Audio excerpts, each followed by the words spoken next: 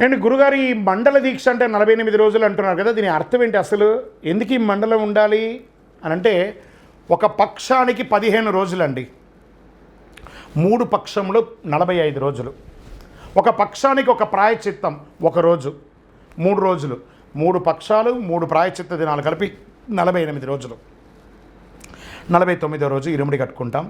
స్వామివారిని 51వ రోజు 52వ రోజు పోయి దర్శనం చేసుకుంటాం.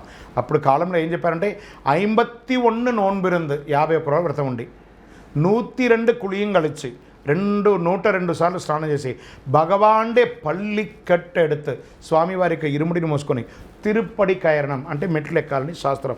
అది కాలగర్భంలో 41 అలా మారుతూ వస్తుంది. ఇలా శాస్త్ర ప్రవచనం అయితే ఉంది. శరణమయ్యప్ప. గురుగారు, నేను మాల వేసుకోవాలనుకుంటున్నాను, నేను బ్యాచులర్ని, నా ఊరి నుంచి దూరంగా వచ్చి మేమందరూ ఫ్రెండ్స్ అంతా కలిపి రూమ్లో ఉంటున్నాము.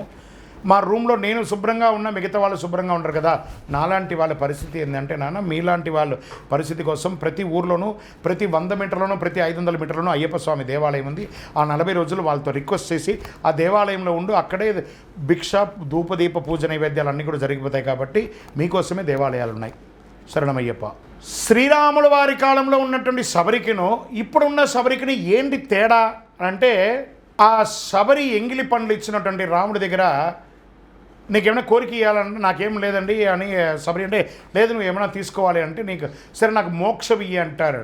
లేదు నీకు ముక్తి మాత్రమే ఇవ్వగలను, నా అంశ వస్తుంది, అప్పుడు నీకు మోక్షం వస్తుంది అని అంటారు.